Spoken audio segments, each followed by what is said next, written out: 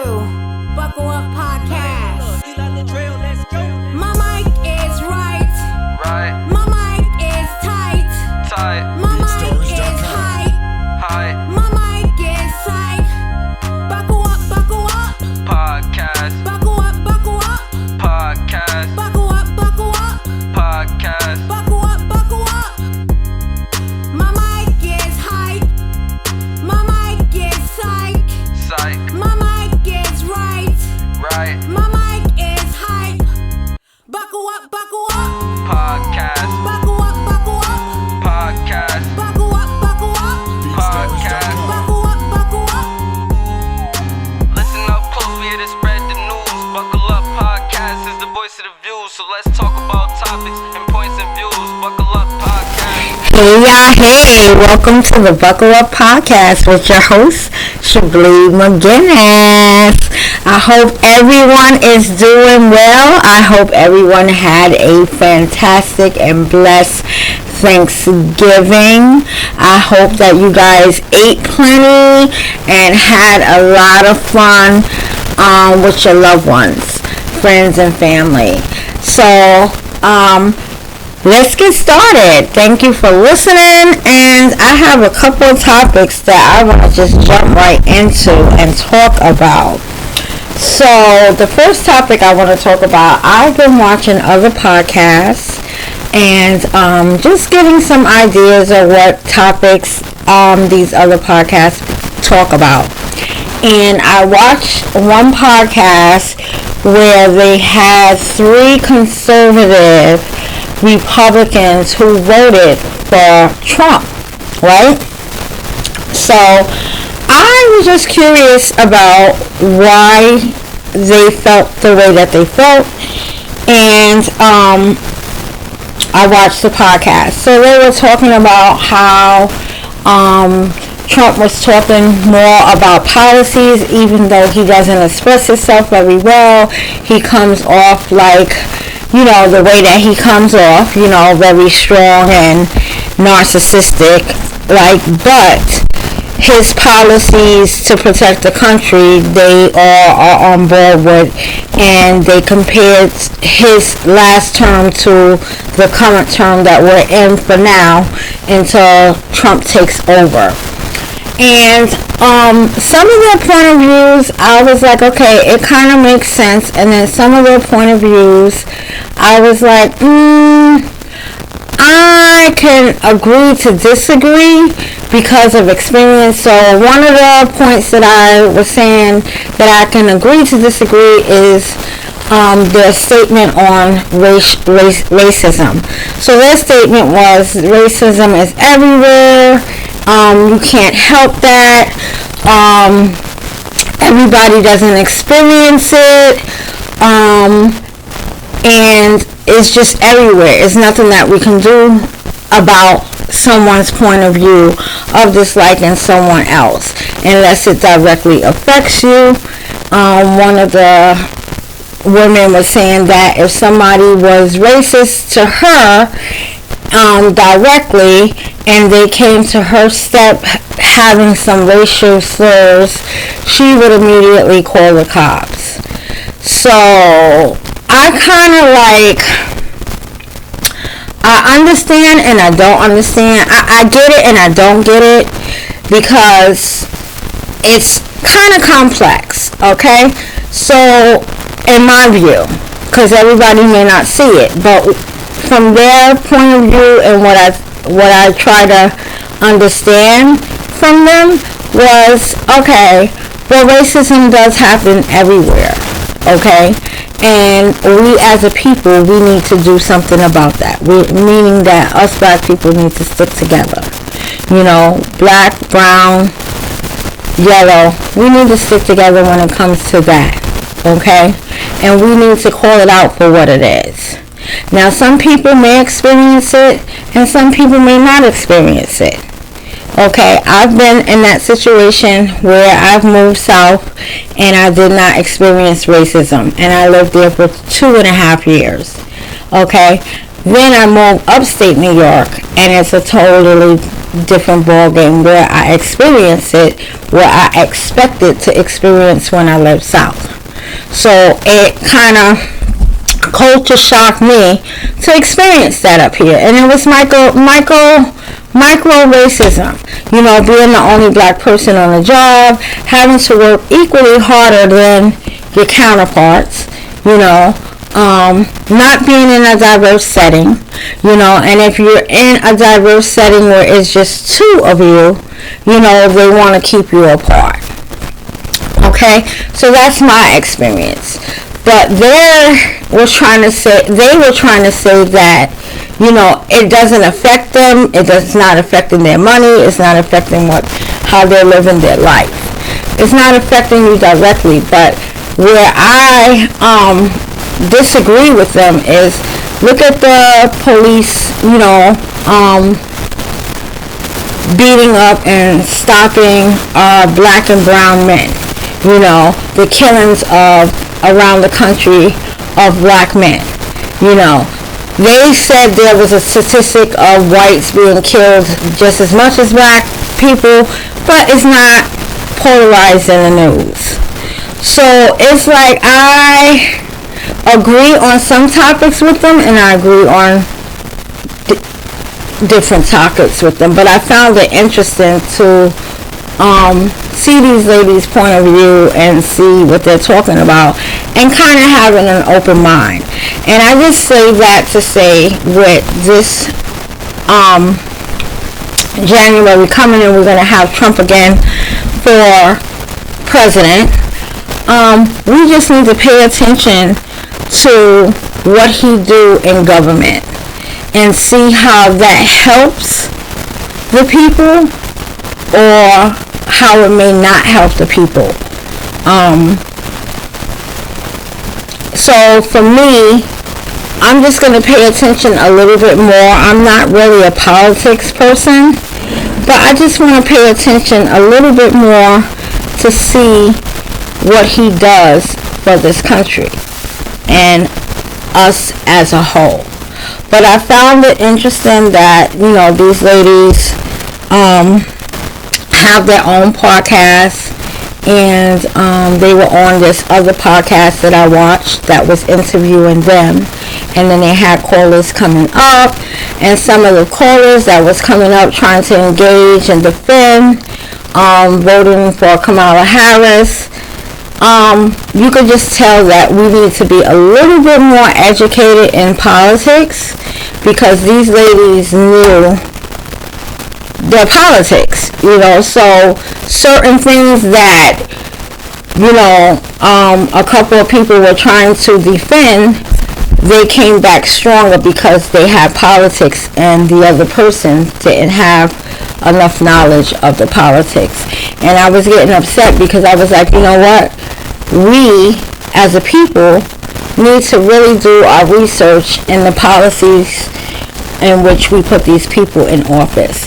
We can't just elect people and not know what they stand for and how they're going to help our community, you know. And that's very important, and that's what I got out of those ladies that are Republican conservatives, that they did their research, you know. And on our end, we really didn't.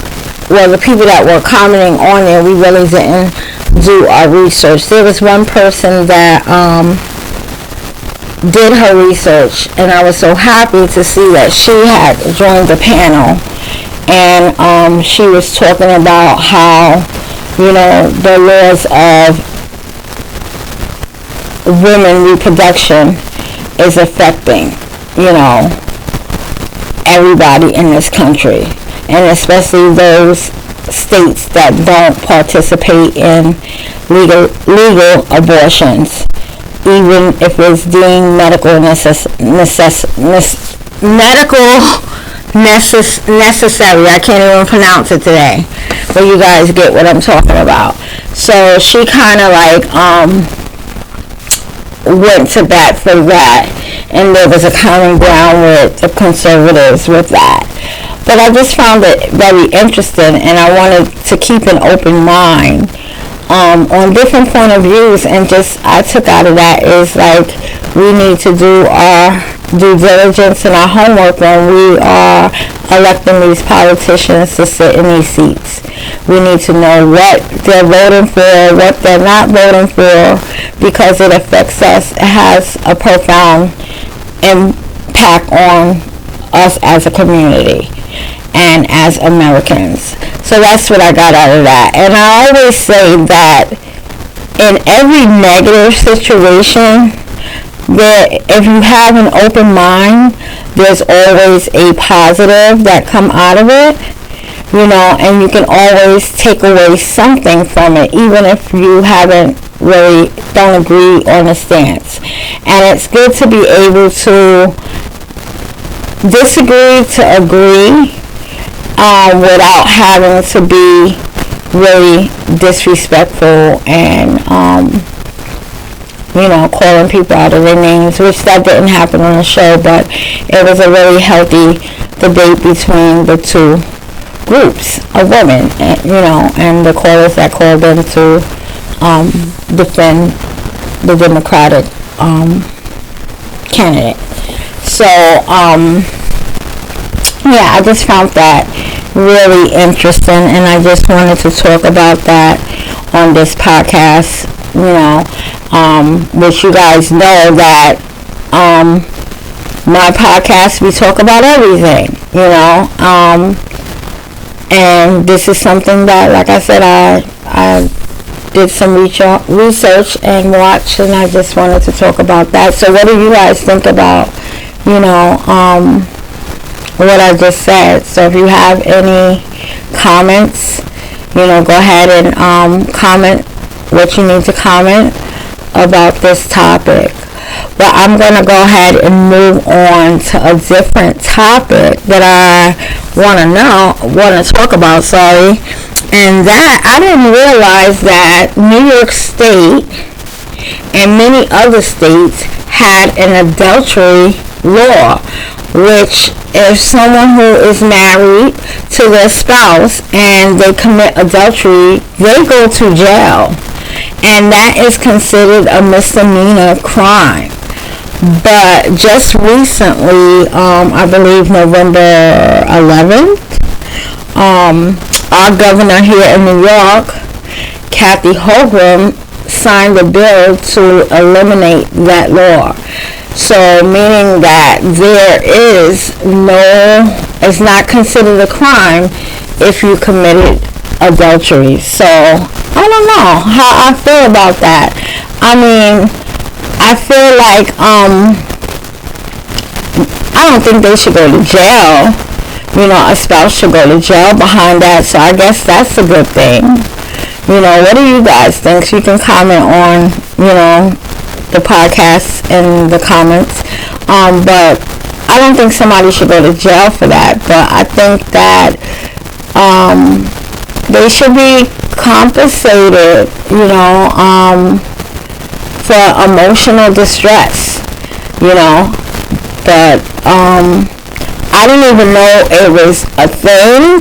I mean, I heard about it and I knew kinda, but I didn't really know that it was a thing until I read the article that mentioned that she took the bill out for New York. So if you cheat on your spouse, you're not going to jail. I just found that pretty interesting. Not that I would cheat on my spouse. I love my spouse so much. And, my baby tries to listen to my podcast when he can. So if he listens to this episode, you don't have to worry about that. You are more than enough for me, love. But I just found that article really interesting, and that law that she just got rid of to be interesting. I want to know what you guys think about that. And there's other states that has it, but they didn't eliminate it. So New York is one of the states that eliminated adultery, so you won't have to go to jail. And in the article, it has stated that this woman had cheated on her husband, and they were going to charge her, and they just thought that it was ridiculous to charge her, so they threw the case out. And this is where the governor decided, even though she's been married for 40 years, she says that she doesn't think anybody needs to be in prison because of that. So, I get it. I definitely get it, but I really didn't really think that it was a thing. Woo! You learn something every day. So I hope that you guys are liking these contents that I am providing for you guys this season. I am just so happy that this podcast is doing good. I'm just so happy, and I will say it in every podcast that I do. I am happy for my listeners. Keep listening. Tell a friend. Subscribe. Like. And let's get these numbers up so that we can be a success, because I want my podcast to go viral in a positive way that is going to be able to reach a lot of people. And let's make history in a sense, and let's make people happy by listening to the podcast, and let's change some lives, with the content that I am providing for this. So, I'm just going to say thank you. Keep listening, keep sharing, comment, because I would like to know your views. And I'm going to go ahead and end this podcast as I normally do with Luke 22:46. It says, rise up and pray. Woo! Rise up and pray. So I'm going to say what this means to me in my spirit. For me, rise up and pray says to get up off your behind and not wallow in situations that you feel you have no control of, and in situations that you don't have any control of, you need to get on your knees and pray. In situations that you do have control of, you need to stand tall and pray for everything that you want to see happen for the greater good. So on that note, I'm going to leave y'all with that. Keep your head up. Keep your shoulders back. Keep your chin up. And keep on walking in your purpose, baby. Goodbye for now.